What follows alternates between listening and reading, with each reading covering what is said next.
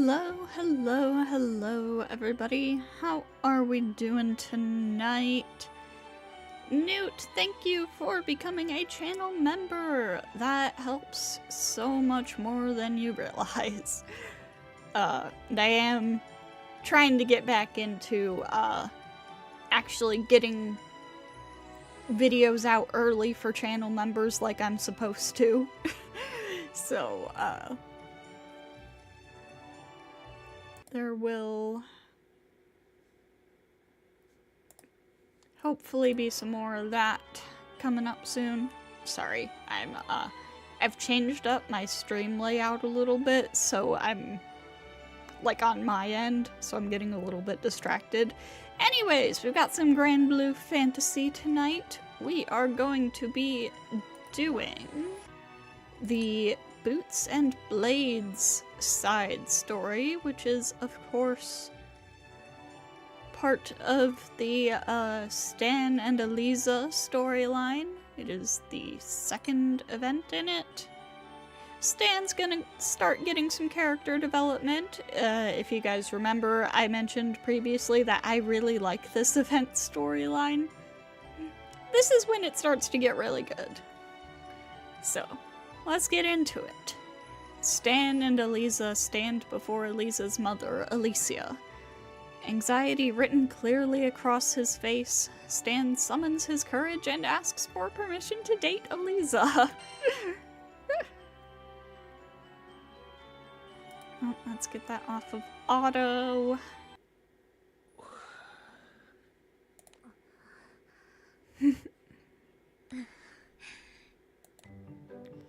In a brightly lit room, Stan and Aliza sit before a smiling woman. The pair seem nervous about something. Frustrated at watching Stan silently fidget, Aliza gives him a quick jab with her elbow.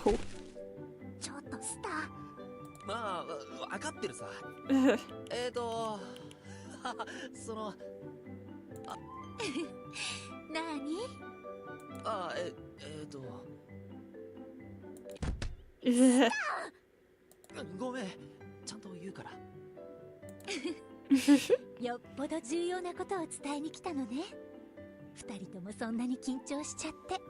so awkward. If you missed the first... Oops. Okay, there we go. Now it's off of autoplay. If you missed the first one of these, basically Aliza's like a princess, more or less, and Stan is her bodyguard, and they've been friends since they were kids, and they really like each other.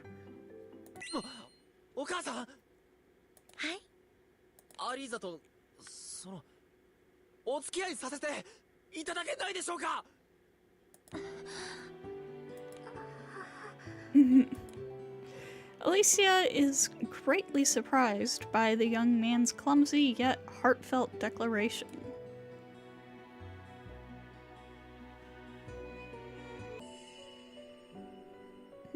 Two young warriors wish to strengthen the bond they've built through the years.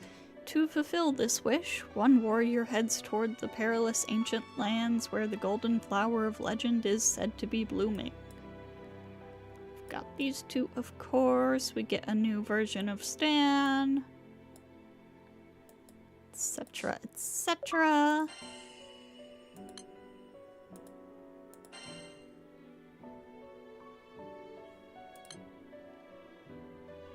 And let's see, I do not know who we're gonna want to set here for our story party.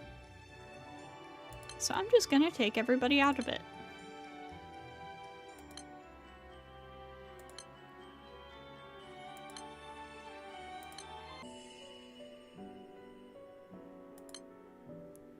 And it's suggesting fire.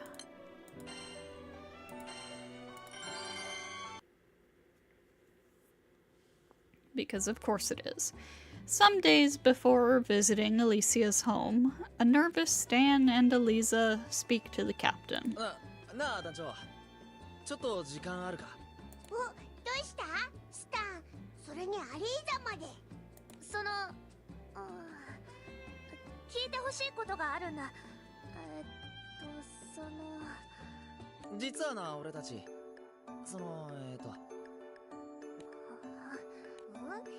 だよ。なんだ。はっきりしねえな。その態度からすると好きだって話か。 Get him, Varen. まあ平たく言えばそうだ。そんでもってまあ平たく言ってアリーザもほら。もしかして両思いですか？そんなわけでさ、スタントの中を私のパパとママに認めてほしくて。だから団長に船を動かしてほしいんだ、アリーザの家。そういうことか。お安い御用だぜな。本当か？ありがとう。前に言ったバルツにあるあのでっかいお屋敷でいいんだよな。ややこしいな。俺たちが前に住んでいたお屋敷は爵位継承権を持つ次期公爵候補に与えられるものだったんだ。でもアリーザの両親は家督や爵位の継承には関心を示してなくてな。だからあそこにはアリーザと護衛の俺、使用人の数人だけが住んでいたんだよ。そうそう、だからママとパパが住む家は別なんだ。なるほどな。よし、じゃあ場所教えてくれよ。Oops. Nodding in agreement, the captain turns the ship in the direction of Aliza's parents' home.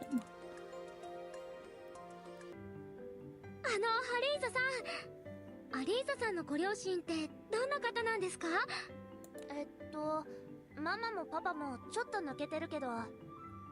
とってもいい人たちだよ。小さい頃会ったことあるんだけど、本当に優しくて温かい人たちだった。へえ、そうなんですね。今からお会いするのが楽しみです。あ、でもパパには会えないかも。ああ、そっか。そういやアリーザのお父さんって旅商人だったな。きっと今も空のどこかを旅してると思う。I did forget some of these じゃあ details. 親父さんにはどうやって認めてもらうんだ？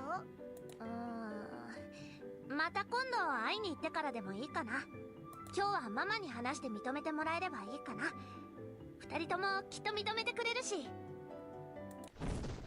In the midst of the relaxed conversation, Stan hears something clambering up on deck. うわっ！魔物！剣はどこに？ Shocked by the monster's sudden appearance, Stan snaps out of his daze when Aliza throws him his sword.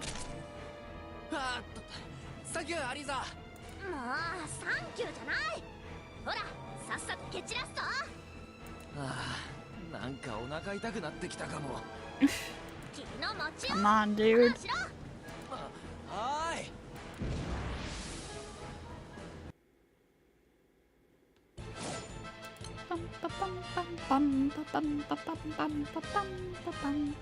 Okay, so I could have put the two of them in the party. Doesn't really matter though, does it?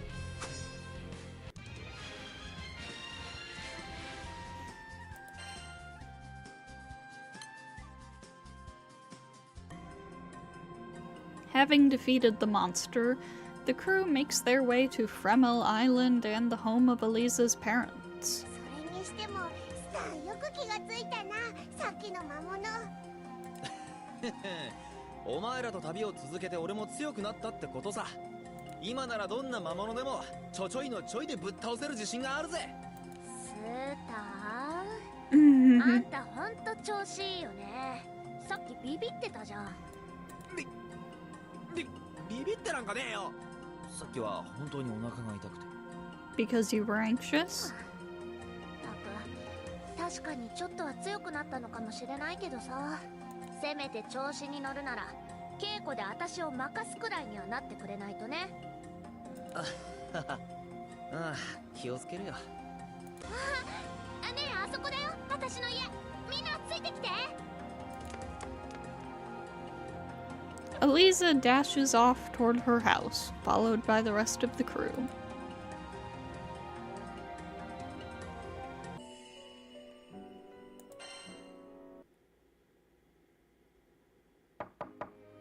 Aliza knocks on the door and is greeted by a gentle-looking woman.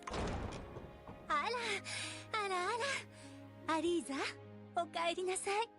ただいま、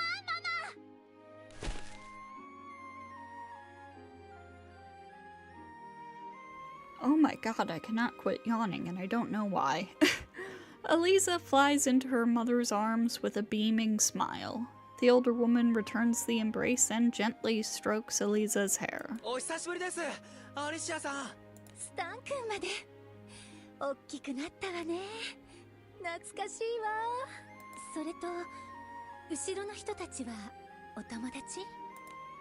The captain and crew introduce themselves and explain that they are traveling with Aliza and Stan. なるほど、菊石さんたちなのね。娘とスタン君がお世話になったのかな？ No, nothing of the sort. 私たちもアリーザさんとスタンさんにはいっぱい助けられてきましたから。あらあら、そうなの？とりあえず中に入って入って。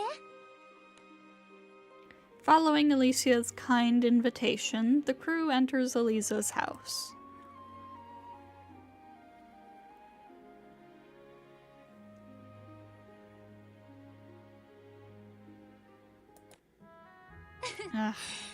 Hold on. お久し It's glitching. それとなる。あら。 There we お go. 客様なんて久しぶり。お茶菓子と紅茶、とっても美味しいのを持ってくるから、ここで休んでて。 Alicia gestures toward a comfy sofa, then steps into the kitchen. 本当に優しいお母さんですね。それになんだかアリーザさんのお家、暖かくて落ち着きますね。ああ、なんだか安心できるんだよな。昔から変わらないな。本当に昔と同じだね。懐かしいな。 As the two old friends begin to reminisce, Alicia returns with a tray of fragrant tea and cakes. はい、どうぞ。紅茶は熱いから気をつけて。お菓子はゆっくり食べるのよ。はい、いただきます。あ、そういえばアリーザ、爵位継承権放棄したんだって？ごめんなさい、ママ。報告が遅れちゃった。いいのよ。やりたくないことなんてやらなくていいんだから。聞いてた通り優しい母ちゃんだな。なんだか甘すぎるくらいだぜ。これならスタンさんとアリーザさんの仲認め。ルリアちゃん、それは俺から言うから。ごめんなさい。ん？どうしたのかな？ Nothing. ママ、今日は大事な話をしに来たんだ。聞いてくれるかな？もちろん、何でも聞くわ。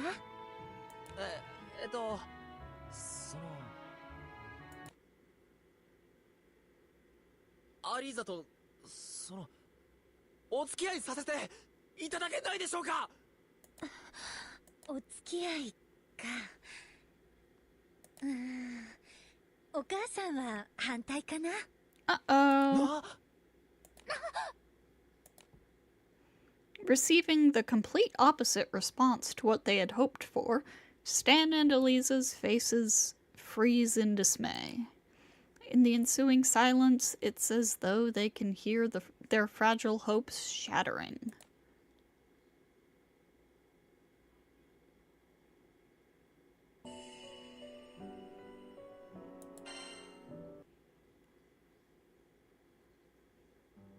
どうしてママ、なんで？だってね、難しいわよ。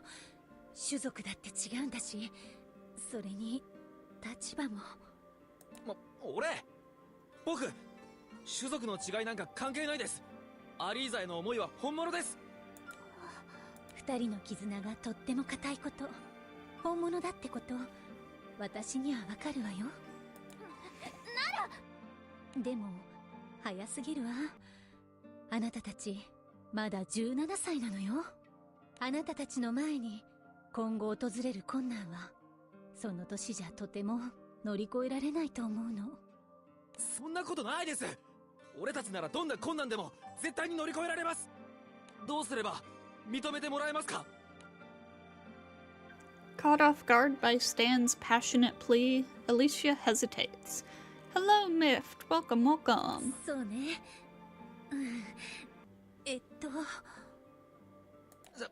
じゃあお母さん、僕タルウィの黄金の花を持ってきます。ちょっとスター、タルウィってそれに黄金の花だなんて。 He's serious. なんだなんだ。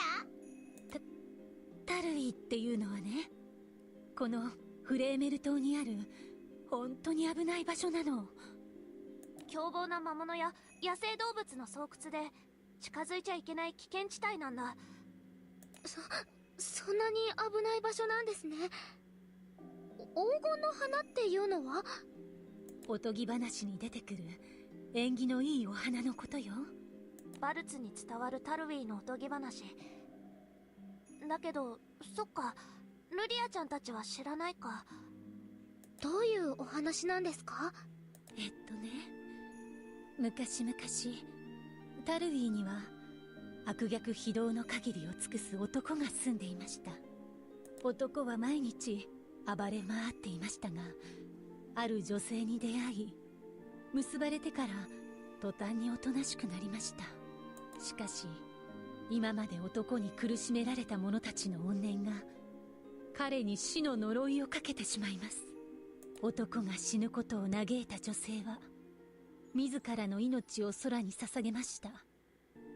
すると奇跡が起きました。呪いが解け、男が救われたのです。その後、女性は黄金の花に姿を変え、タルウィに咲き誇ります。咲き誇る黄金の花を男はいつまでも守り続けるのでした。なんだか切なくて悲しいお話ですね。ねえスタン君、これはあくまでおとぎ話よ。黄金の花だなんて。でもそんな花をもし見つけられたら認めてもらえませんか？ You're not gonna get him to back down at this point. それはでも無理よ。危ないしやめなさい。少し落ち着いてスタン君。タルビーには目を合わせただけで呪いをかけちゃう魔物だっているんだから。タルビーの魔物、魔眼を持つ魔物のことだよね。確かに危ないですけど、でもアリーザとの仲を認めてもらうためなら俺は。スタン君、まだ二人は若いんだから焦ることないのよ。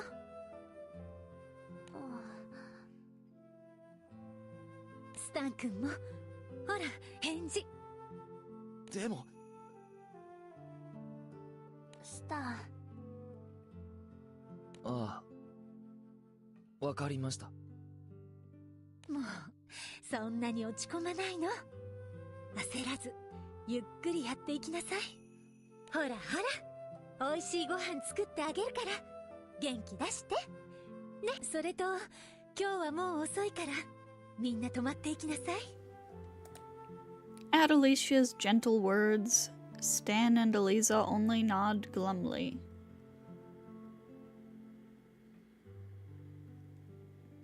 Konnichiwa, Yuyage-san. Welcome, welcome. That night, tucked into bed, Stan thinks to himself. 確かにタルウィは危険だ。でも黄金の花を見つけることができればきっと認めてもらえるはずだ。よし、決めたぞ。 Oh boy. The next morning, just as the captain is preparing to face the day, Aliza rushes up in a flutter. スタン見なかった？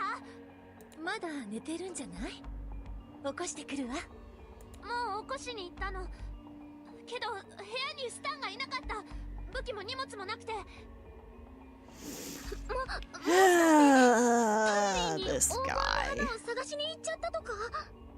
そんな、あそこは本当に危ない場所なのに、それに黄金の花なんて。ごめんなさい。まさか本当に行くなんて。ちゃんと止めていればよかったわ。ああ、悪いのはスタンだよ。何も言わずに行っちゃうだなんて。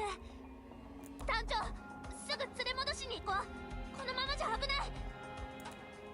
The captain and crew make their way to Tarvi to bring Stan back.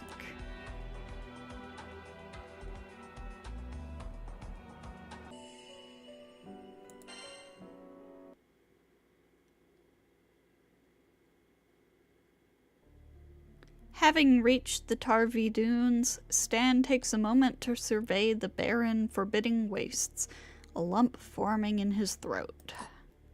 ここがタルウィーか。ビビらないビビらない。俺は強くなったんだ。大丈夫。よし。Oh, Stan. Strengthening his resolve, Stan strides forth into the Tarvi Dunes. Oh boy, oh boy.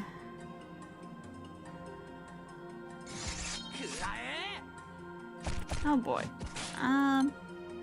Here, let's full auto this. That'll do a little better. Stan in time, truly. Favorite part of this event series is when Stan goes it's standing time and stands all over those guys. There we go. Victory for the boy.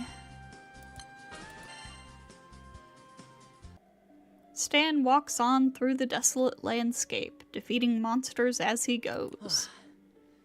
なんだ、あんまり大したことない魔物ばっかりだな。これなら黄金の花って言っても案外簡単に。Oh boy. Stan turns in the direction the sound came from, readying his sword. こいつはもしかしてタルウィの魔物？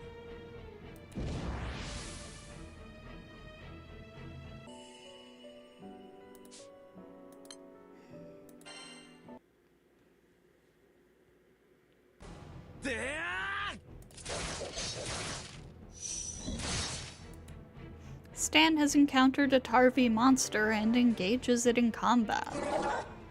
こいつがタルウィの魔物だったら、アリシアさんが言った通り、目を見たらまずい。なんとか視線を避けなきゃ。 Stan desperately tries to get into the monster's blind spot, but its gleaming eyes find him. Stan's body won't listen to him, and he collapses in a heap. 体が動かない。魔眼の力ってやつか。 The monster slowly approaches the prone Stan. くそ。こんなところでやられてたまるか。俺はアリーザのために黄金の花を探すんだ。 With a fierce shout, Stan gathers all of his strength and raises his sword.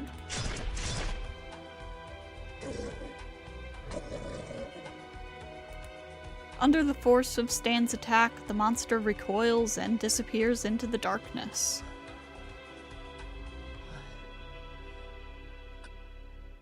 勝ったのか。俺がタルウィの魔物に。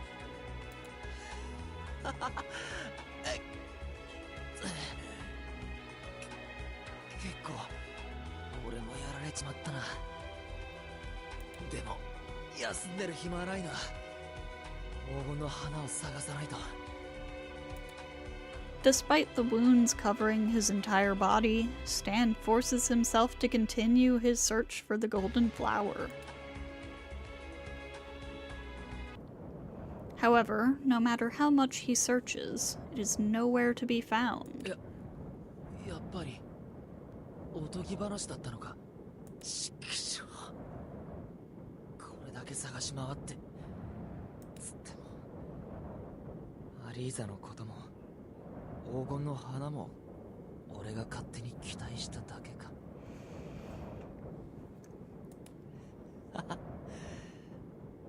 ほんとかっこ悪い。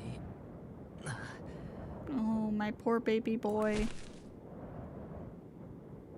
The willpower animating his battered body deserts him, and Stan crumples to the ground.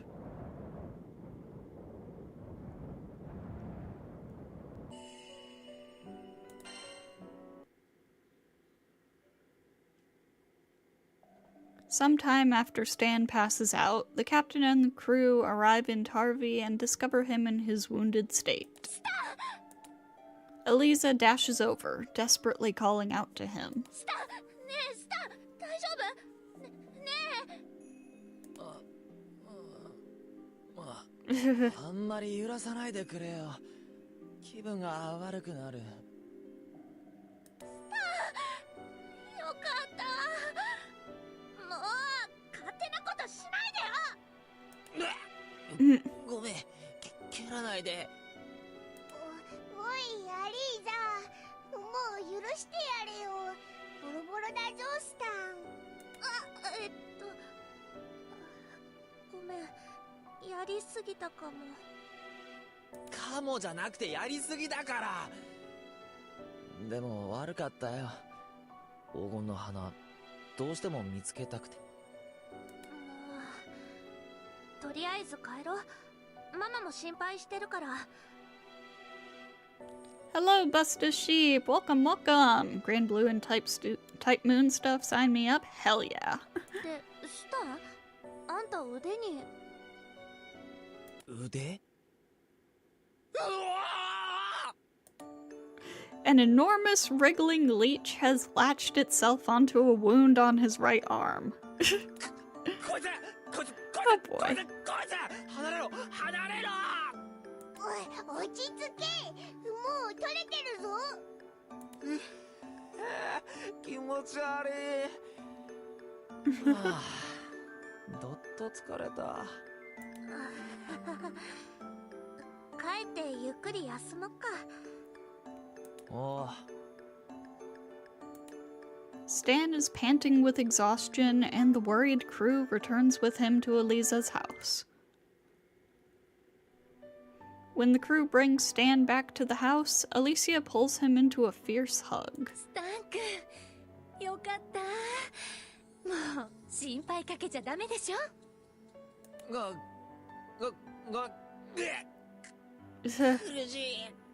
I'm gonna be honest, I don't remember exactly how this event story goes. Like, I remember the broad strokes of it, I think, but there's a lot of stuff that I'm like, oh, I completely forgot that this happened. あれ、おいら似たような光景さっきも見たな。血は争えないっていうか、なんだろうね。ごめんね、スタン君。A flustered Alicia releases Stan. 大丈夫です。それに心配かけたのは事実ですし。うんうん。反省してるならよし。ゆっくり休みなさい。スタン君も帰ってきたし、ごちそう作りましょうか。わーい、ごちそう楽しみです。アリーザ、団長さん、お買い物頼めるかしら。俺も行きますよ。傷大したことないんで。本当？無理してないよね。無理してないから。二人して迫らないで。Rest. 最近街 That へ is an 続 order. く道にも魔物が出るって物騒なんだから、本当に気をつけてね。大丈夫ですって。俺は強くなったんですから。それにアリーザも団長もいるしな。うん、いざとなったらスター守ってあげるから。ああ、頼りにしてるよ。The crew nods and heads into town. The crew finds a store in town and begins collecting ingredients. ないジャンプすればとか So this doesn't always come across in the art very well, but female drafts tend to be pretty short.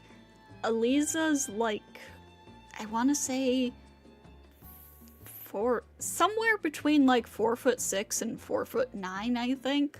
Like she's short. Aliza is stressing over something on a high shelf, too tall for her to reach.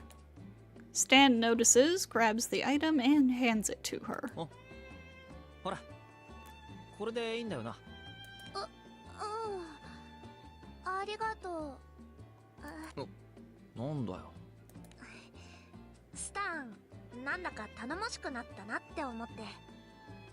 確かにそうだな。いつも泣いてるイメージがあったし。泣いてないぞ。そうか。よくこいつとの訓練で涙目になってた気がするけど。それはでももう最近はないだろ。確かに私との手合わせでも最近は値を上げないようになったし、本当に頼もしくなったな。ちょっと前まで子供の頃と同じように情けなかったのに。スタンって子供の頃から弱虫だったのか？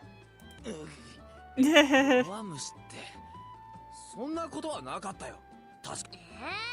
すぐに弱音吐いてすぐに泣いてたじゃん。あれはまだ俺が幼かったから。それを言うならさ、アリーザだって泣き虫だったじゃん。は？覚えてないか？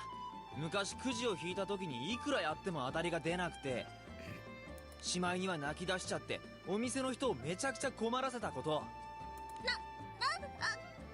そんなことあったっけ？ Called out!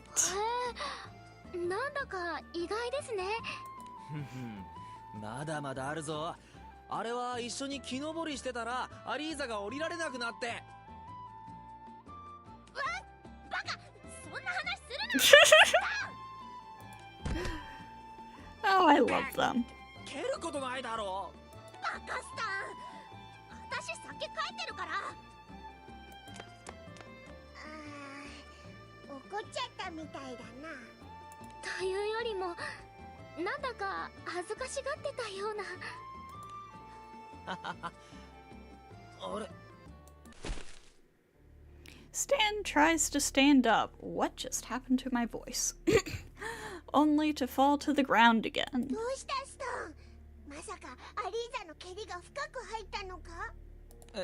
いや、かなり加減してくれて。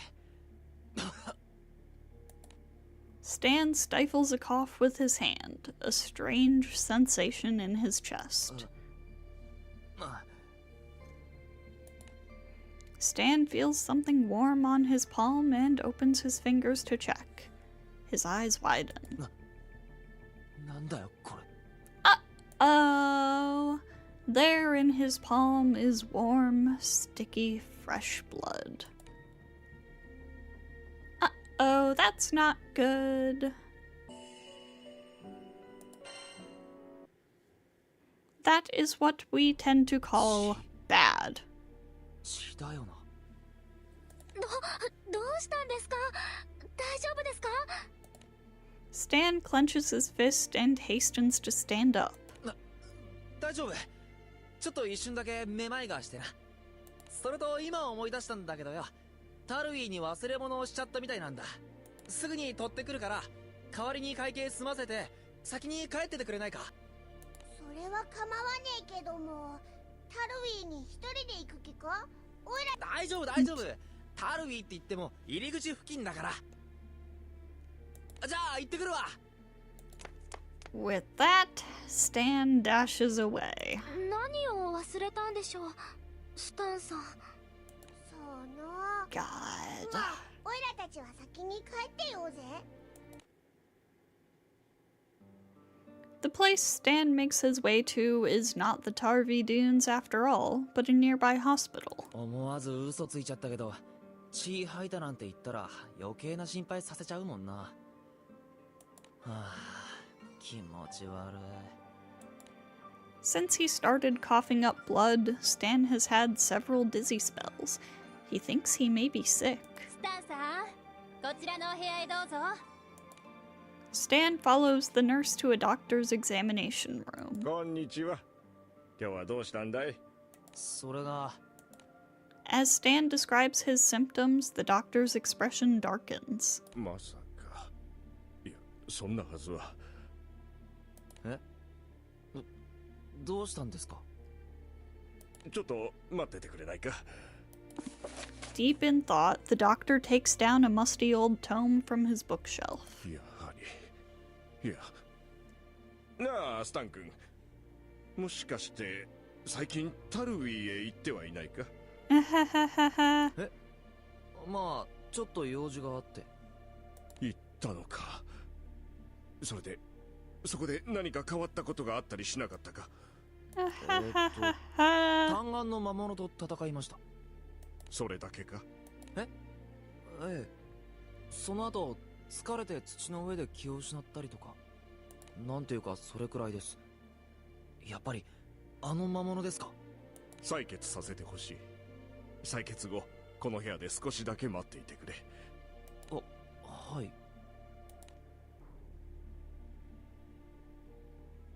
Some hours later, the doctor returns, his expression grimmer than ever. 先生、何が分かったんですか？ラーナだ。は？奇病ラーナ。君が患っている病の名前だ。聞いたことないだろう。なんせほとんど記録に残っていない。どうやらタルウィにいる虫か何かを媒介して伝染するらしいが、気を失って土の上で倒れていたと言っていたね。 Oops, I keep clicking too early. This always happens.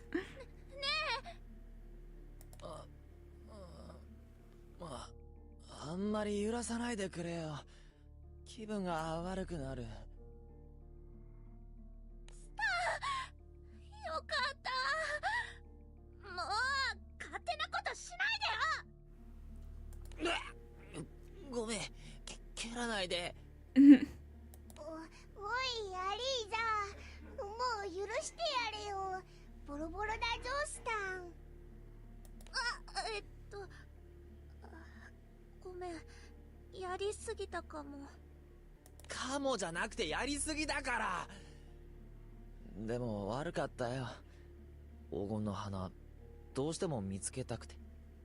もうとりあえず帰ろう。ママも心配してるから。でスタン、あんた腕に。腕？ An enormous, wriggling leech has latched itself onto a wound on his right arm. こいつ離れろ離れろ。まさかあのヒル？ヒル。なるほどな。おそらくそれだろう。別名タルウィの呪いとも伝えられている。特徴として症状に段階があるんだ。最初は滑血、めまい、高熱が現れ、次に手足の震え、吐き気、吐血、最後に視力低下、幻覚、幻聴の後、発症者は死に至る。Oh. That's not どういうことですか？ good. それって俺が死ぬってことですか？冗談はよしてくださいよ。ヒルに噛まれただけでそんな。残念ながら症状から見て疑いの余地はない。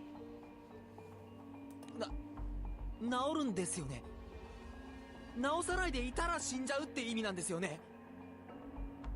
どうすれば治るんですか？発症例が少なく、治療方法は確立されていない。治す方法はない。え？なんだよそれ。なんだよそれ。助からないってことか？本当はあるんだろ。古い文献にだが、タルウィーにいる生き物を食らえば多少は症状が和らぐと書いてある。だが治るわけではない。あくまで和らぐだけで病状は緩やかにだが進行していくだろう。In the wake of the doctor's dire news, Stan falls silent. Gradually, Stan feels his body becoming less steady and his vision begins to fade. なんだよ。スタン君、どこへ行くんだ？ Staggering to his feet, Stan ignores the doctor and leaves the room.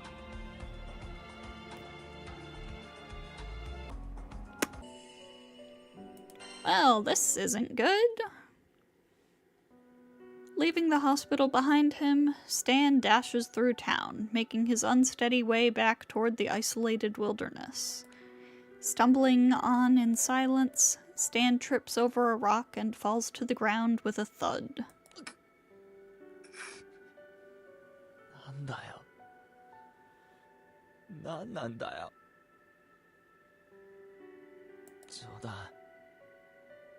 冗談だよな。奇病ラーナ？ひどい嘘だ。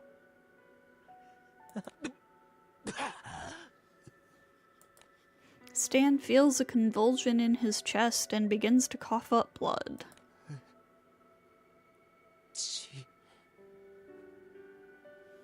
なんだよ。どうして？死にたくないよ。Oh, my baby boy. Stan is gripped with terror at his impending demise. In his despair, an image of Aliza's face flashes into his mind. アリーザ。そうだ。アリーザ。よかった。もう勝手なことしないでよ。あの時、アリーザ。Can't make Aliza cry now, can we? きっと俺が死んだら死ぬって分かったら。 In spite of his dizziness, Stan begins to think seriously about his situation. 決めた。 Mumbling to himself, Stan gazes at the town for a moment. さよならだ。アリーザ。 Choking out the words, Stan turns his back and stumbles away from town.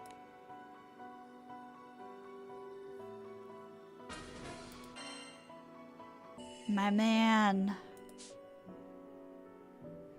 Okay, I do have to get up for a moment, so we are gonna take a quick break, and we will be back in a few minutes.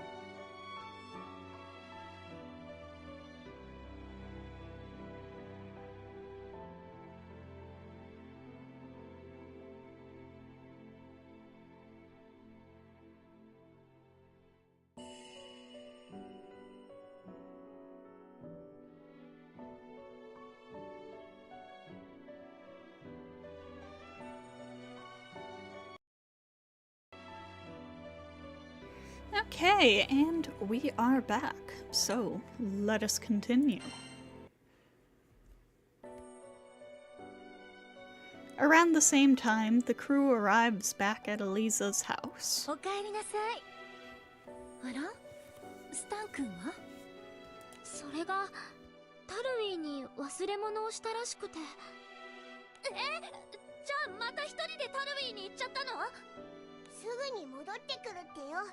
タルウィーっつっても入り口らへんって言ってたし、大丈夫じゃねえかな。そっか。もう忘れ物って何忘れたのよ。おっちょこちょいなんだから。まあまあ、ゆっくり待ちましょう。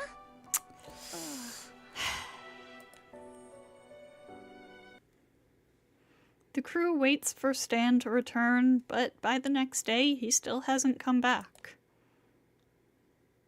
どうしたんだろう、スタン。忘れ物取りに行ったにしては長すぎるよな。Almost like he didn't forget something. また黄金の花を探しに。ねえ団長、スタンを探しに行こうよ。そうですね、探しに行きましょう。 The captain nods and the crew sets off for Tarvi.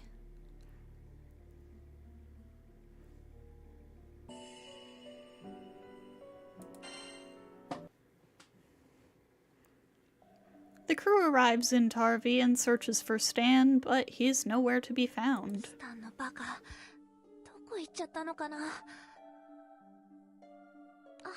ザさん、きっといますから。ありがとう、ルリアちゃん。But no matter how hard the crew searches, there is still no sign of Stan. The sun begins to set and darkness descends upon the region. こりゃ一旦帰った方がいいかもしれねえな。どうしてまだスタンは見つかってない。そりゃそうだけど、夜になれば魔物も凶暴になるし、薄暗くて探しにくくなるしよ。だから探すのやめるの？スタンがどこかで怪我して動けないのかもしれないんだよ。落ち着けよアリーザ。このままじゃオイラたちも遭難しちまうかもしれねえぞ。明日もう一回明るい時に探した方がオイラは効率的だと思うし、それにもしかしたらすれ違ってて今頃スタン家に帰ってるかもしんねえしよ。でも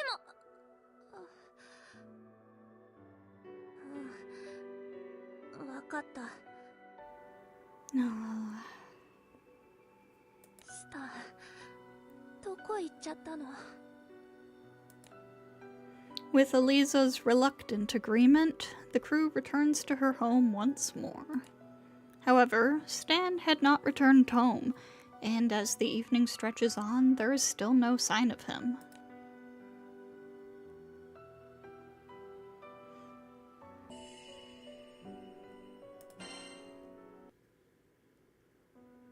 Stan drags himself through the dark and trackless wilds.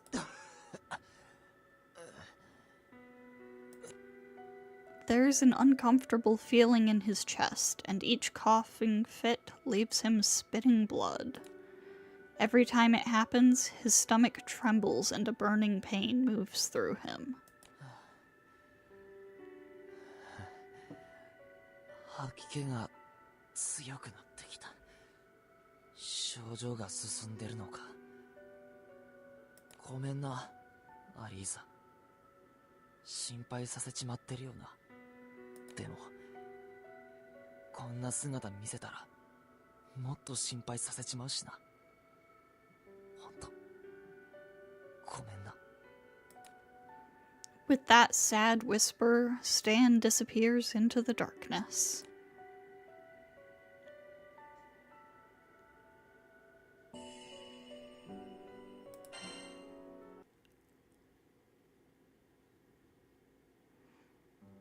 The crew spends several days after that searching for Stan, but to no avail. どうしてどこ行っちゃったのスタン。アリーザさん、今日こそは見つかりますよ。だから元気出しましょう。Her face clouded with worry about Stan, Aliza looks around until she suddenly spots something. どうした？スタン見つかったか？スタンじゃないけど、スタンの服の切れ端。 The crew takes a look, and there on the ground is indeed a piece of very familiar material. 確かにスタンさんのです。でもこの赤黒いシミ、なんだこれ。もしかして血が。どうしたんだろう。怪我しちゃったのかな。わかんねえけども、もしかしてこの辺にいるんじゃねえのか？そうかもしれませんね。探しましょう。 They refocus their efforts on searching the surrounding area. As they search, the crew members hear something moving. スタンか？なんだ魔物か？って魔物？こんな時に。それになんだか怒ってるみたいです。怒りたいのはこっちだっつうの。仕方ねえ、構えろ。 Aliza pays the monster no heed. She seems to have found something. おい、どうしたアリーザ？スタンなの。 Aliza calls out in a trembling voice. There is certainly someone moving within her line of sight. However, Whoever it is offers no response and disappears into the darkness. スタンを見つけたのか。でもこいつオイラたちを見逃してくれなさそうだ。アリーザ、スタンを追う前にこいつをなんとかしねえと。もうあんたをさっさとぶっ倒してスタンを追わせてもらうから。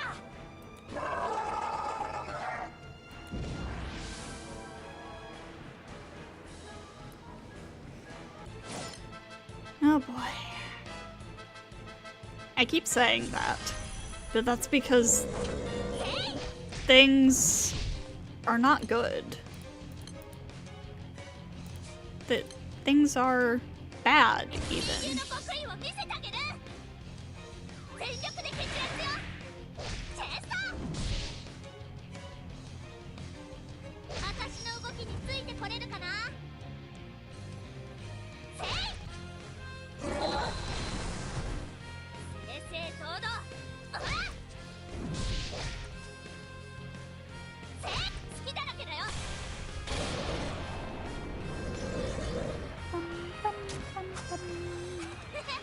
修行の成果が出たみたいだね。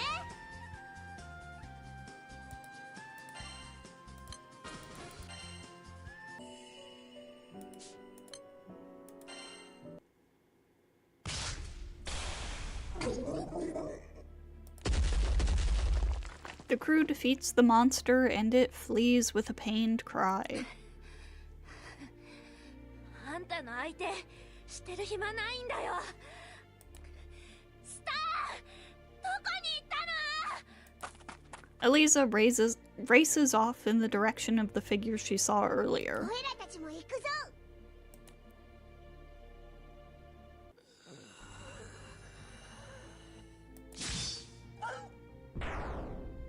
In the darkness, that same figure pulls out a knife and cuts the throat of a beast. 医者の言った通り、症状は和らげ。Oh, Stan. 収まりはしない。震えも収まらない。 As the figure trembles, blood trickles from his mouth, painting a bright red trail behind him. Whether that blood is the beast's or his own is unclear. The figure ignores it and disappears into the darkness.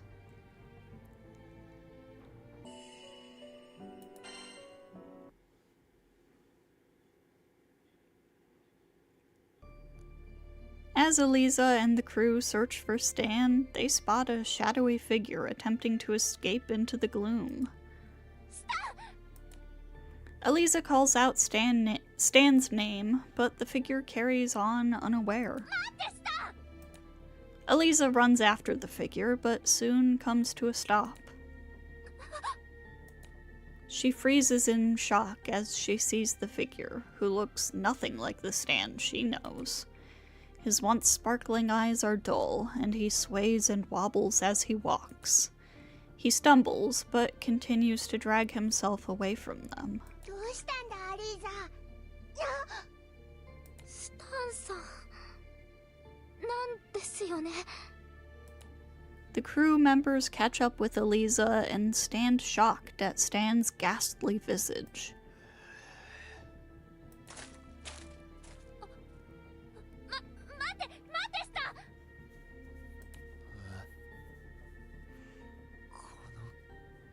この声。 Stan slowly turns around to see Aliza, and their eyes meet. アリザ。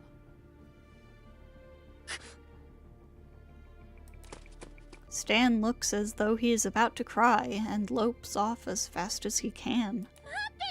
どうして行っちゃうの？スター！どうしたんでしょう、スタンさん。わからない。けど間違いなくスタンだった。早く追おう。ち、集まっってきやがったか。こんな時に邪魔すんじゃねえ。さっさと蹴散らそう団長。 Out of the way, we got a boy to save!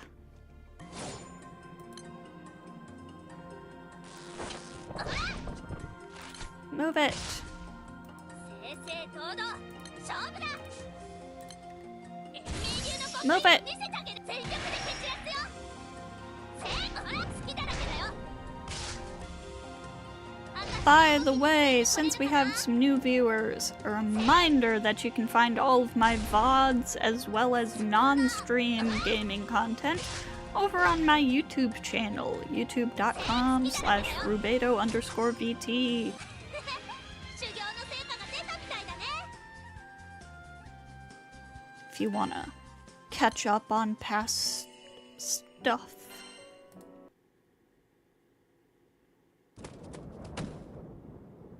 Stan runs from Aliza as fast as he can, but he trips on a stone and crashes to the ground. He tries to pick himself up, but his trembling limbs won't listen to him and he collapses again.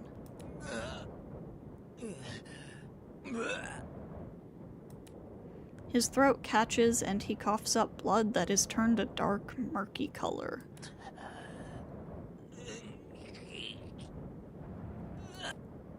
Though his stomach should have been empty by then, Stan vomits, his throat burning. I've been there. It sucks. The pain is so intense it clouds his vision, but at last the attack passes.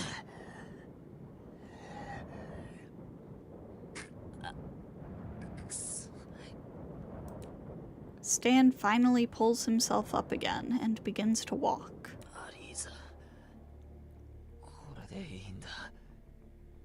こんな惨めな俺はアリーザにはふさわしくない。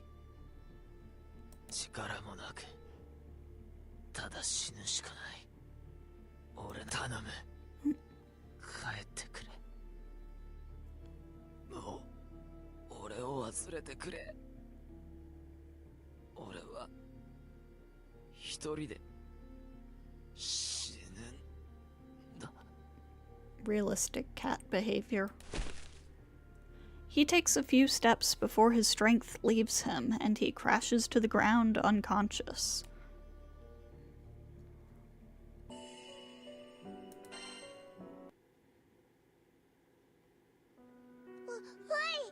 スタンのやつ倒れてるぞ。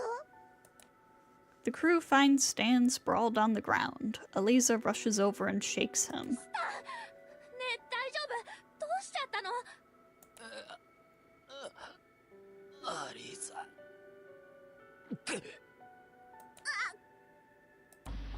Awake, Stan pushes Aliza's hand away, turns away from her, and tries to run. 待ってよ。なんで逃げようとするの？ これでいいんだよ。お前のためなんだ。何それ？どういうこと？何が私のためなの？ At her words, Stan turns around. His expression is caught between frustrated anger and a sadness so great it can't be put into words. 俺はもう決めたんだよ。もうお前とは会わないって。勝手に決めないでよ。本当に心配したんだから。心配。そうだよな。ごめんな。心配かけたよな。今回だけじゃなくて今までも。俺はいつも頼りなくて情けなくて。俺はきっとアリーザにふさわしくないんだよ。もっといい男がいる。そんなことないよ。私にふさわしいかどうかなんて。 Stan shakes his head, cutting her off. うるさいな。もうダメなんだよ。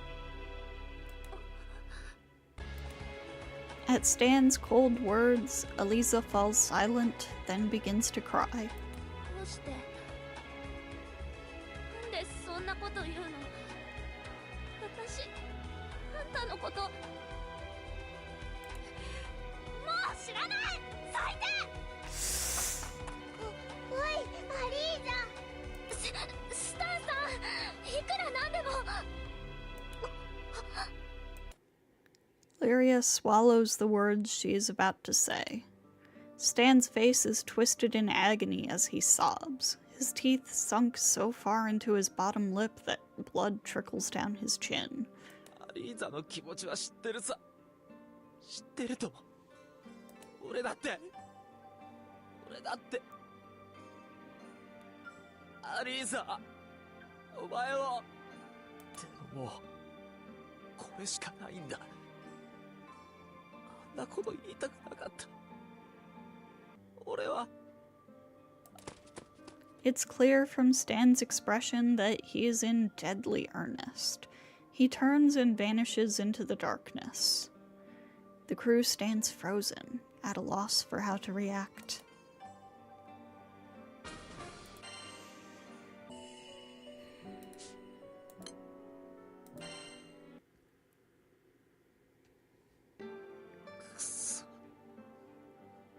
Aliza、ごめんな。俺はお前にふさわしくないんだ。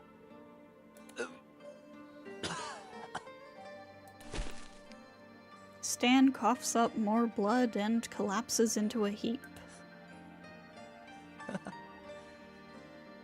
それにこんな姿見せられない。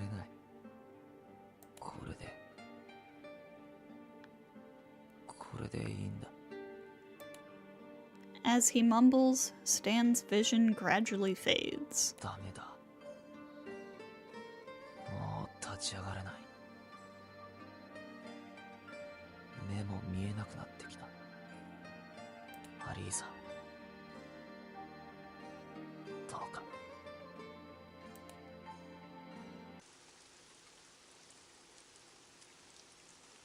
It starts to rain, and Stan doesn't even twitch as it soaks him.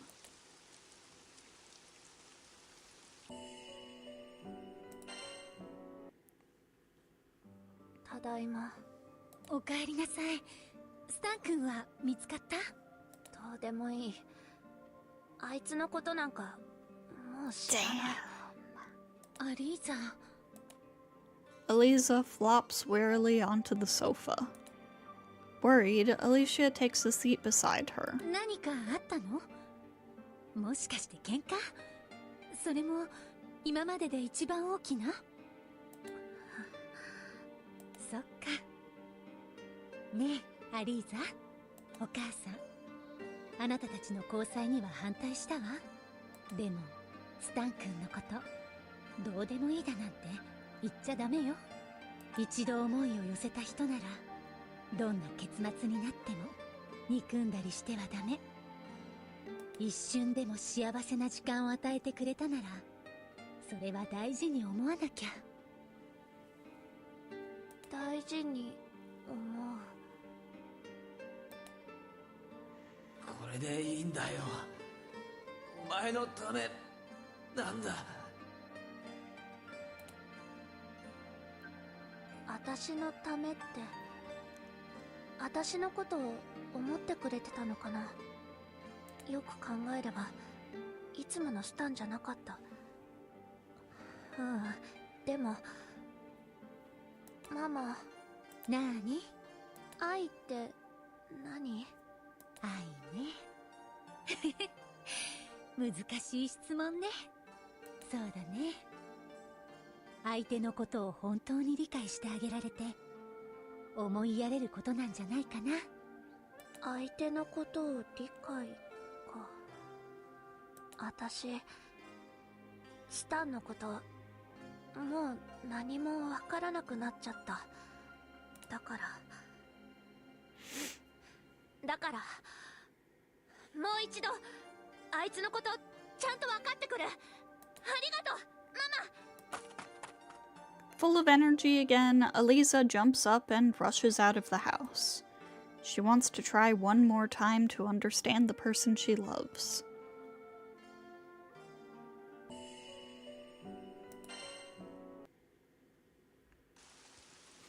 Stan hears a rough voice, so faint he can't tell whether or not he's imagining it. おい小僧お前かタルイの荒くれ者カトブレパスと戦った男は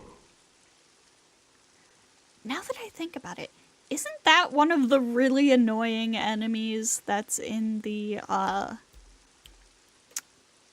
my god, I'm blanking on the name. The Arkarum stuff.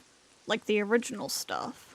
タク I think it is. それだけならまだしもタルイの動物どもまで食い荒らしやがって Not the original, but the one that isn't the sandbox.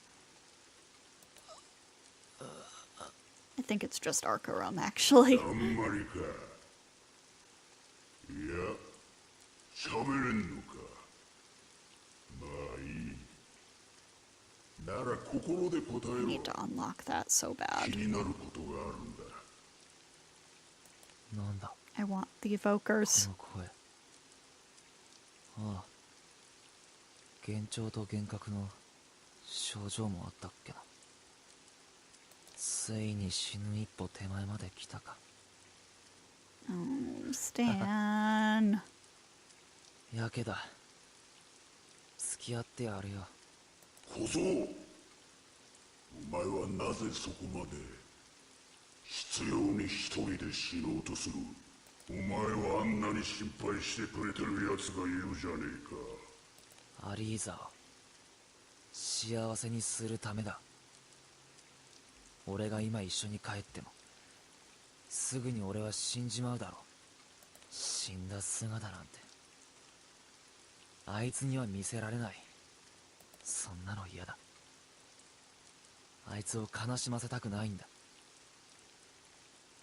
だから俺は一人で死ぬんだ。なるほどなよくわかったよ一つ昔話をしてやろう死にゆく苦しみを和らげてやる随分と親切な幻聴だが、それは知ってる。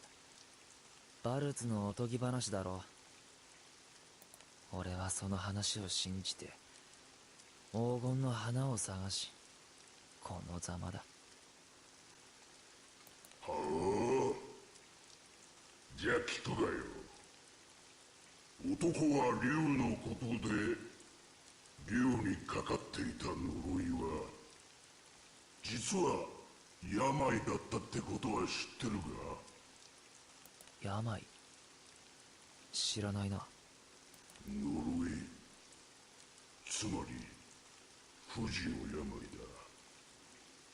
そいつに苦しめられた竜を救おうと水狂な女が自らの命を捧げた不思議なことに病は治りそれ以降再発することもなくだが竜はずっと後悔し続けた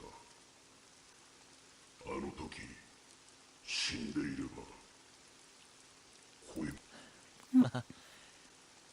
なんだか似てるかもな。その竜と俺は。ああ似てるさ俺たちはな俺たち。 The confused Stan feels something warm trickling over his lips, and he's filled with an indescribable discomfort. 鉄の味。舌もいかれてきたか。見届けさせてくれよかつての俺が生き得た先を待ってくれ。 Stan opens his eyes as the voice fades away. Through his lashes, he sees the imposing silhouette of a dragon and a radiant gold flower. 黄金の花。竜。 At that moment, a dark curtain falls over Stan's consciousness.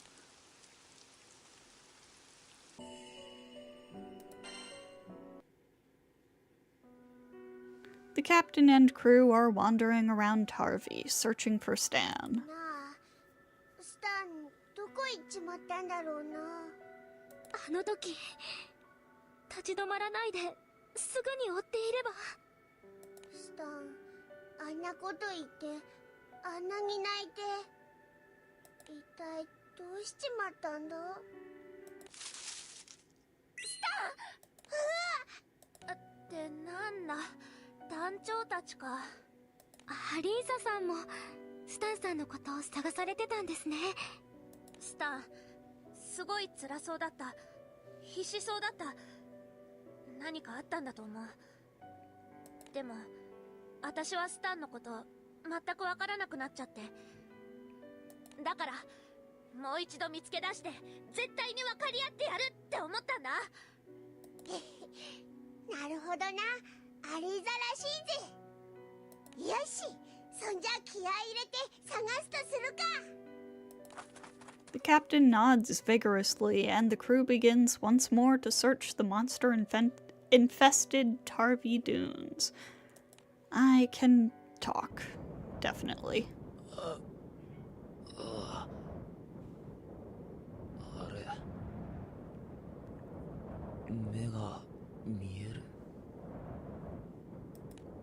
When Stan opens his eyes, he is surprised to find that he feels less sick. He stands up and looks around. The rain has stopped, and he can't see the dragon or the golden flower anywhere. やっぱりさっきのは幻聴に幻覚だよな。楽になったけど治ってないし。変な幻聴と幻覚だ。 On his feet again and in better shape, he resumes walking. 俺は一体どこへ向かってるんだろう。 With no destination in mind, Stan continues on his path to nowhere. Hey, that's a game. That's a game some of my friends like. 寂しい。アリーザ、もう一度お前の声が聞きたい。顔が見たいよ。スター。 Stan hears a familiar voice and stops. He gingerly turns around. 分かり合いに来たよ。もう一度。アリーザ。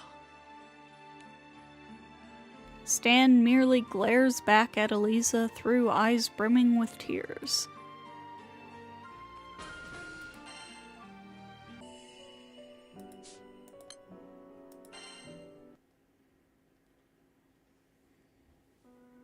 Stan glares at his loved one like he's about to burst into tears and brings the words out, his lower lip trembling. どうして諦めてくれないんだ。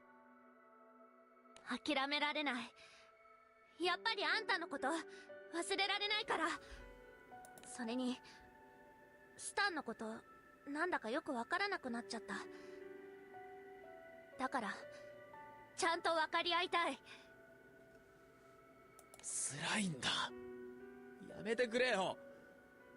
もう分かり合っても意味はないんだよ。アリーザ。意味はある。ないわけないだろ。もうやめてくれ。俺はお前にふさわしくない。それはあんたが決めることじゃない。私が決めることだ。だからさ、帰ろう。帰ってちゃんと理由を話してよ。アリーザ、何なんだよ。どうしてだ。俺はもう決めたのに。どうして。 As he tries and fails to hold back tears, Stan feels blood welling up in his throat. He does his best to swallow it back down, not wanting Aliza to see. スタン、どうしたの？なんでもない。Stan covers his mouth with his hand, but blood trickles from between his fingers. おいスタン、お前それ。なんでもないって言ってるだろ。くそ。どうして分かってくれないんだ。分からずや。どうして諦めない。どうして忘れてくれない。もうやめてくれよ。Stan's face crumples and he suddenly draws his sword. 帰ってくれ。やだ、絶対にやだ。分からずやはあんただよ。 Aliza shakes her head and falls into a fighting stance. あんたがやる気なら受けて立つ。この分からずや。私はあんたと分かり合いたい。ちゃんと思いを知りたい。だから教えてよスタン。くそもうやめてくれよ。どうしてだ。俺はもう捨てたんだよ。何もかも。勝手に捨てるな。私は絶対に捨てないからな。スタンとの日々を。やめろ。うわくそやめてくれ。 Stan lets out a piercing yell and swings his sword with all his might to sever his ties with the one he loves most. I forgot there was a fight against Stan in this. バカらずや。どうして諦めない。どうして忘れてくれない。もう一度分かり合おう。私の気持ち。 Oh boy. 正々堂々。うわあんたがやる気なら。いや Get him. 正々堂々。初戦。私の好きだらけだよ。アリー Got him. スタン。俺は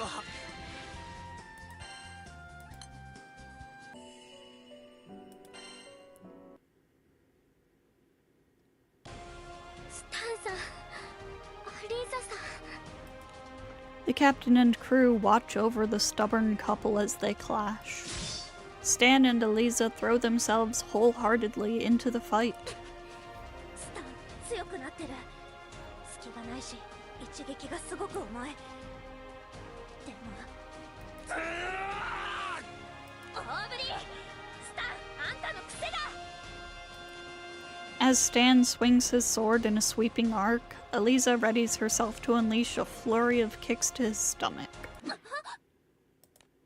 But just at that moment, Aliza sees blood trickle from Stan's mouth and she lowers her poised knee. それあんた。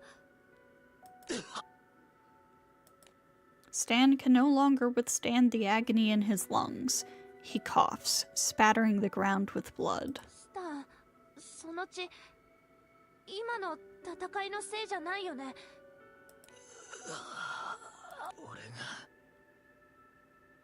俺がもっと強くてお前をもっと強く拒絶できてれば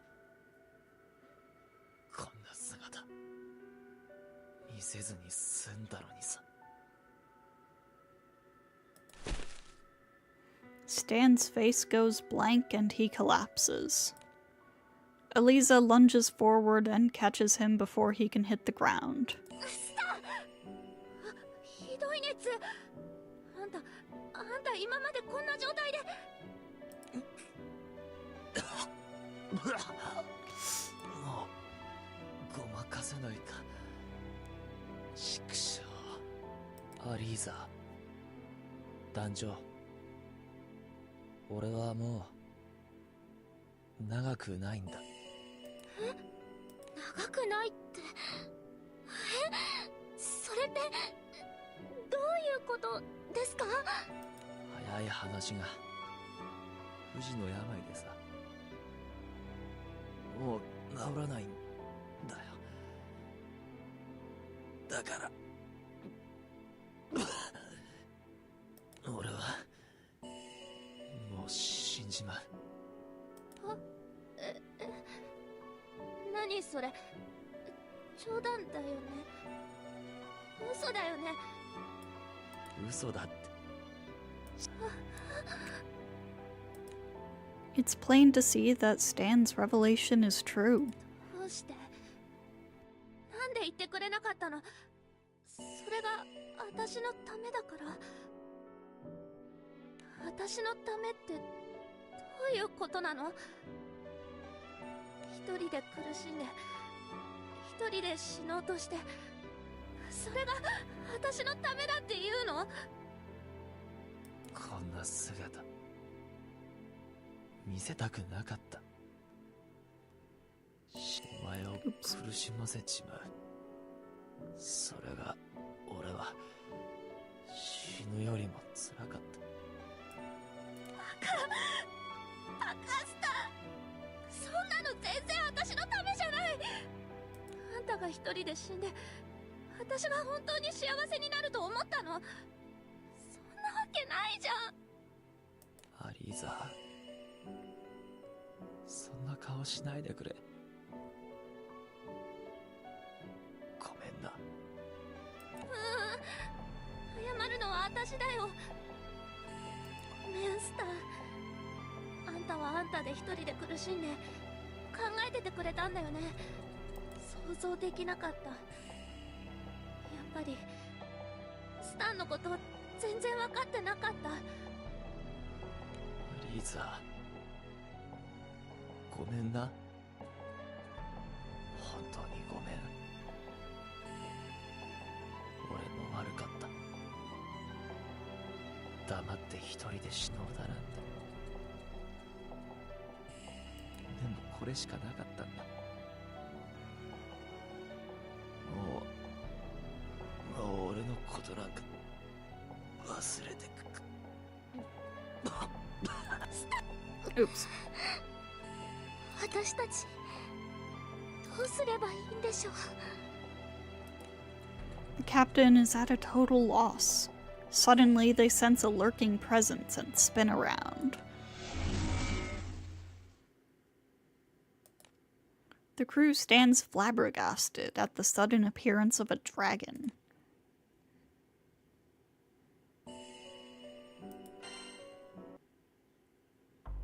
何こいつ。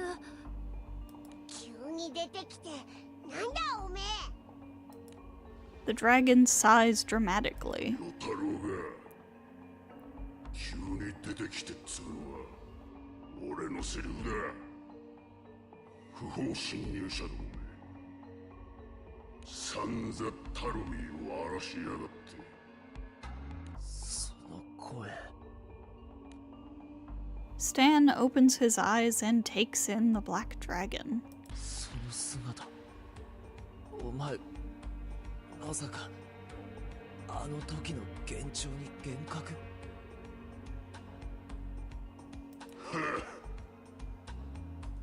幻のままでいようとしたんだがな。どういうことだ？スタン、お前こいつに会ったことがあるのか？そういぶかしがるな同胞よ。確かにタロイを荒らされてちっと切れかけてんだ。そんなことはどうでもいい。小娘、お前に聞きてえことが。私に？その小僧は今までずっとお前を幸せにするために一人で苦しみ死のうとしてた。どうするんだ、小僧の覚悟を、意志を踏みにじるか、それとも汲み取るか。 Aliza shakes her head at the dragon's question and embraces Stan. このままスタンを一人で死なせない。絶対に嫌だ。だって私はスタンと一緒に生きたい。このままスタンが死んじゃうなら私も一緒に死ぬ。そんなこと言わないでくれ。俺はお前が死んだら。私だって悲しいって言ってるだろ。With tears rolling down her cheeks, Aliza pours out her feelings. 目の前で死のうと一人で死のうと同じだよ。スタンがいなくなるなんて嫌だ。アリーザ、そうだよな。お前だって悲しいよな。俺死ぬって分かって混乱しちゃって、これしかないって思って。でも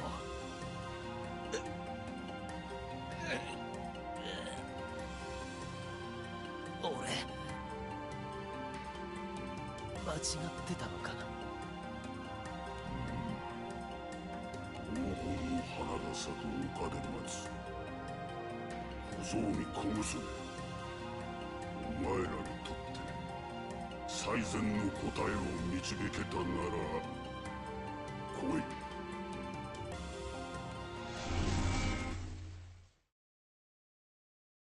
With that, the black dragon slowly begins to melt and fade into the darkness. なんだったんだ今の。ずいぶん年季の入ったやつだったけど。あいつはバルツのおとぎ話に出てくる男の正体だよ。 Stan relates how he met the dragon while he was struggling with his symptoms. あいつは俺と同じように病に苦しめられていたけど、恋人のおかげで助かったらしい。それでこれは俺の予想なんだけど、多分あいつも俺と同じラーナに苦しめられていたんだと思う。どうしてわかるんだそんな。似てるんだ、あいつと俺は。境遇も何もかも。じゃあもしかしたらあいつスタンの病気治す方法知ってるのかな。 Hope kindles in Aliza's eyes. Stan hangs his head. アリーザ、本当にごめん。俺ずっとお前のために一人で死のうと思ってた。それに弱い自分はお前にふさわしくないって。それがお前のためになるって思って。でも違うんだよな。全然お前のためじゃなかった。私だってスタンの覚悟も思いも何も知らないでただ連れ戻そうとして。ごめんねスタン。でも私あんたと一緒に生きていきたい。それが私の思い。俺もだ。生きられるならお前と一緒に生きたい。嘘じゃないよね。ああ、本気だ。なら行こう、あの竜のところへ。でも黄金の花っておとぎ話の存在なんじゃ。あの竜が幻覚じゃないなら思い当たる場所があるんだ。 Concerned for Stan's welfare, the crew placed their trust in him and set out for Tarvi.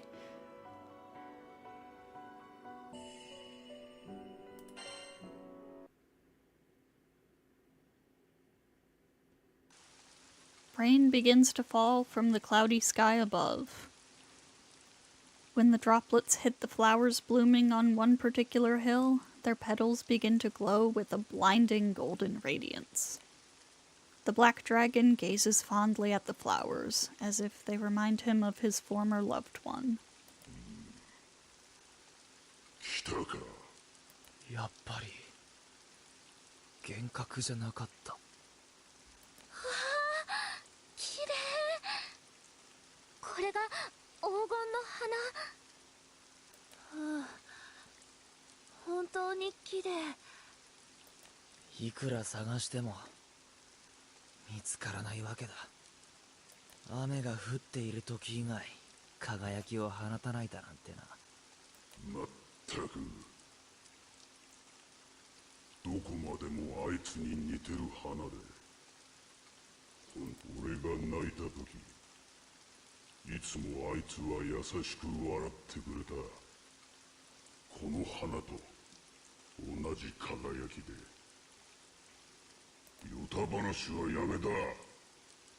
さあ聞こうか。Oops. Stan and Aliza exchange a glance. 何が何でも二人で私たちは生きていく。一人で死ぬような真似なんて絶対にもうしない。俺は生きる。アリーザのために。そうか。何が何でもか。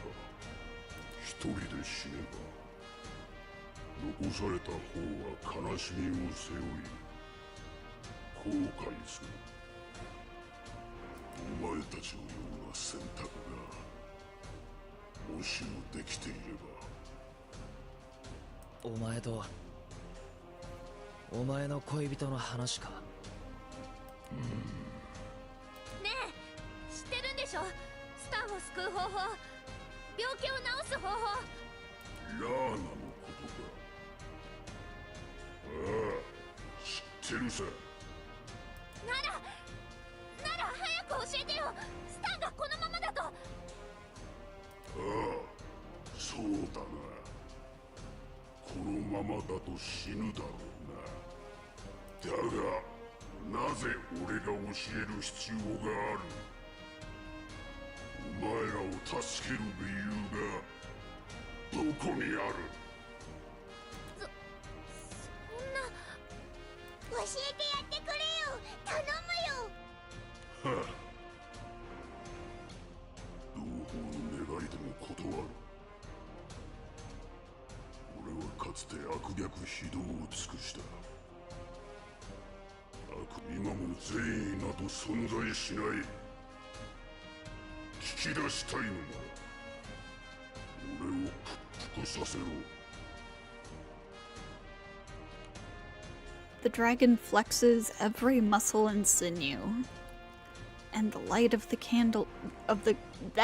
light of a kindling flame begins to shine from the back of his throat. Oh my god. 何が何でも二人で生きていくのだろう。なら示せ。何が何でも。The dragon's roar paralyzes the crew for a split second until Stan draws his sword. 考え直したんだ。本当にアリーザが幸せになる道を。俺が死なないこと、一緒にアリーザと生きることだ。だから絶対に聞き出す。Even as Stan roars his challenge, he coughs up more blood and sways as if he's on the verge of collapse. Without a moment's hesitation, Aliza catches Stan by his shoulders, steadying him. あんたは死なせない。だから絶対に聞き出してやる。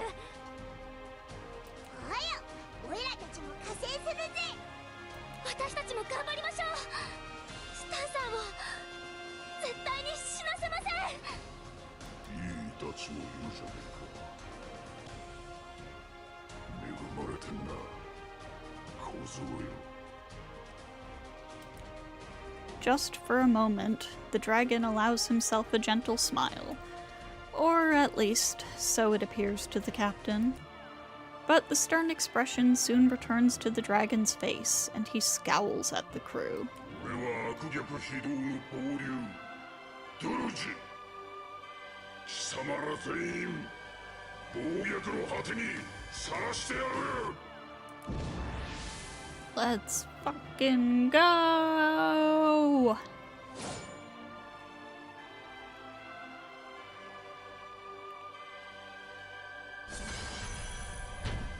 俺は暴流ドルジ。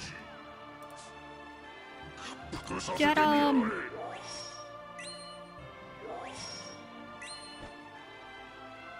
あなたを守ります。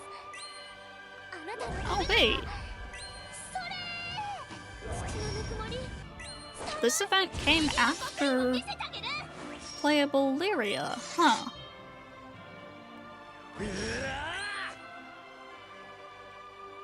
砕け散れ。Oh, when are we gonna get to what makes the sky blue? You need to be so far into the main story for that one. And main story progress is taking forever because we keep getting distracted with side stories and events. Oh, we'll get there eventually.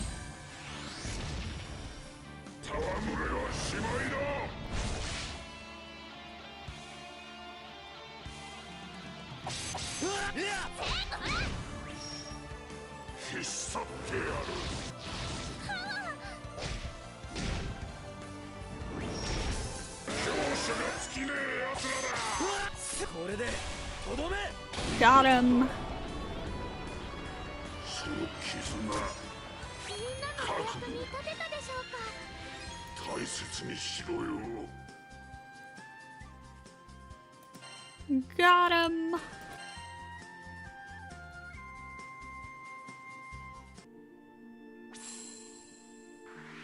And we got our new stand. 迷惑かけたな。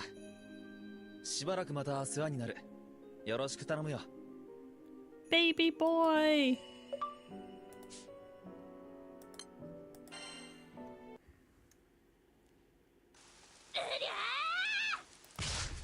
そこ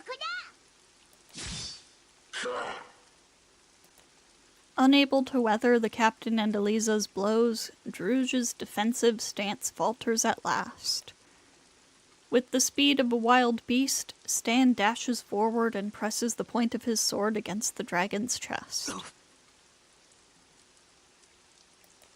Stan coughs up more blood and his field of vision begins to grow hazy. 症状がまたこんな時に。アリーザ、俺はどれだけお前に心配かければ気が済むんだ。もうアリーザを悲しませない。決めたんだ。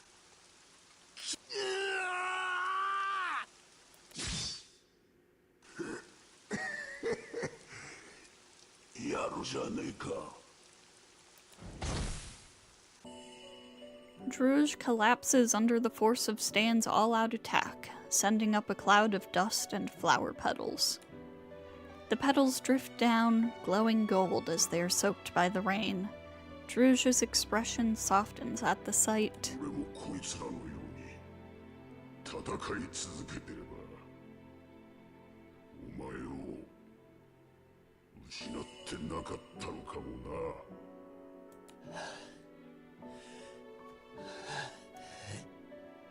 ドゥルジ、教えてくれ。ラーナを治す方法を。小僧、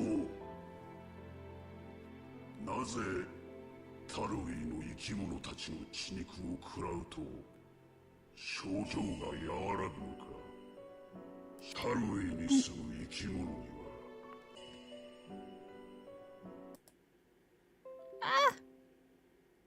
Oh god. Well, we're at the end of the event, so we'll just try to get through this last bit here and then wrap up. 思い人も Because OBS is starting to have some 大切に issues. しろよ。 With those words, Druge slices off the tip of one claw. He holds out his talon, allowing the blood to drip into Stan's mouth. これは鉄の味。いや、血の味か。あの時感じたのと同じ。飲み込め。気色悪いだろうが辛抱しろ。よ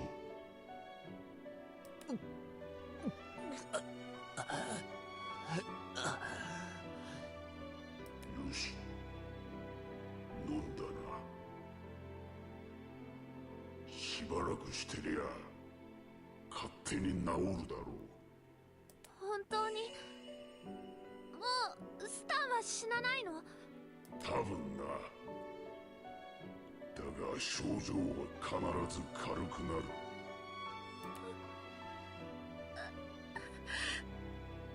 よよかったよかったスター。 With tears rolling down her cheeks, Aliza hugs Stan as hard as she can. 本当にごめんなアリーザ、心配かけて。バカス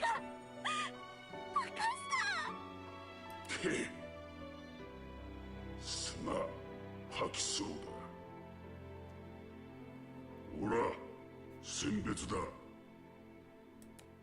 Druge picks one of the golden flowers and hands it to Stan. こいつは何に使うかはお前たちの自由だ。 With these gentle words, Druge's body gradually dissolves into particles of light, which melt into the air. ドゥルジさん、体が。ちょっと休むだけさ。死にはしねえよ小僧。小娘、幸せにな。ドゥルジ、ありがとう。ありがとう。与太郎どもが礼なんざいい。お前らが勝ち取ったもんだろうが。 Druge gazes, smiling, at the golden flowers as he disappears. なあ、見てたか。かつても俺たちのような奴らに会ったよ。救えてよかったよ。 Aww. Druge finally fades from sight entirely. ルージか。なんだかんだ言っていいやつだったな。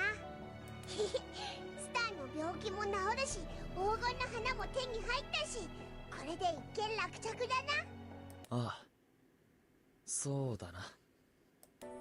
Stan gazes thoughtfully at the golden flower, then seems to come to a conclusion. スタンさん。でもこれじゃダメだよな。俺はアリーザに釣り合うような男じゃない。こんなに心配させて、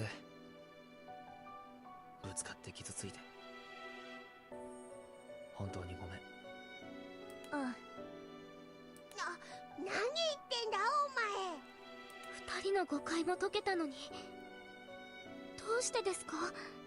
Oh, they've come to an agreement, all right. 花は見つけたけどさ、ドゥルジには悪いんだけど、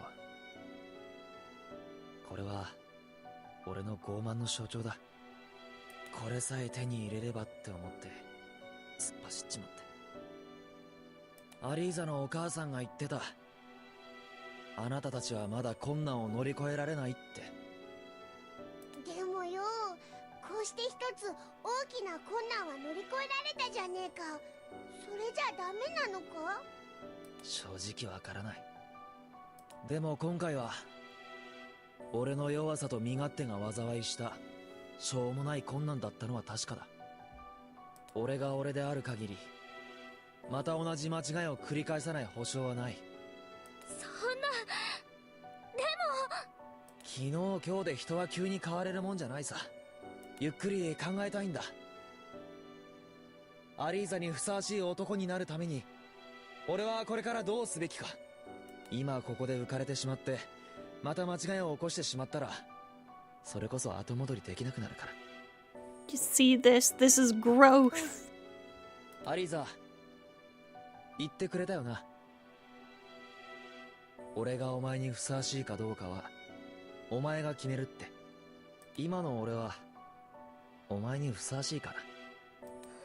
わからない。わからないよ、そんなこと。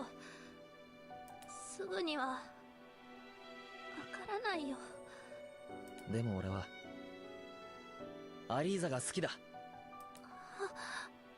どうしようもなく好きだけど、俺はまだふさわしくない。幸せにはできない。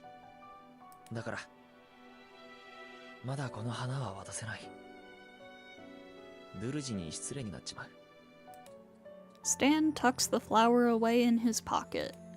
Then, without a word, Stan turns around and starts walking. どこへ行くんですか？さあ、どこだろうな。自分探しの旅ってやつかな。とにかく俺はこのままじゃダメだ。だから、いろいろ鍛え直してくるよ。体も心も。この思いを抱いていれば、絶対に強くなれる。スタン、私も鍛え直すよ。だからさ、また次会った時に手合わせしようよ。いいよ。その時は俺が勝つ。バカスタン、どれだけ経ってもあんたなんかに負けないさ。でももし負ける時が来たら、Do you see why I like この them 先 so は負けた much? 時に言う。 They're so cute. じゃあ、勝った時の楽しみにしておくよ。 Their relationship is developed really well over the course Aliza. of these events. バイバイ、スタン。 Aliza gives a little wave. Stan responds in kind, then turns and leaves Tarvi. Although the young man's receding figure is ragged from his time in the dunes, he seems to have grown somehow in stature. The breadth of his frame seems to promise further growth, shoulders which will one day be capable of bearing up a loved one's hopes and dreams.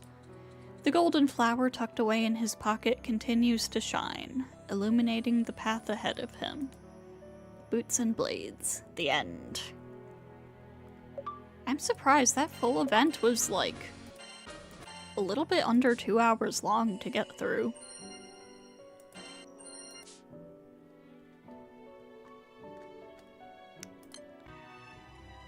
And we do have a third Stan and Aliza event inside stories here. Dancing Avengers. This one was really fun. It's all like, it's like a Bollywood movie. But yeah, chapter 57. It's gonna be a while before we get to that one. So our next Grand Blue stream is probably going to be this one, this event here. But I'll take a look, make sure that that's the one that we're going to be doing next. But yeah, I think that's where we're going to wrap this stream up. So, no stream tomorrow as usual. Monday we should hopefully be finishing The Crooked Man.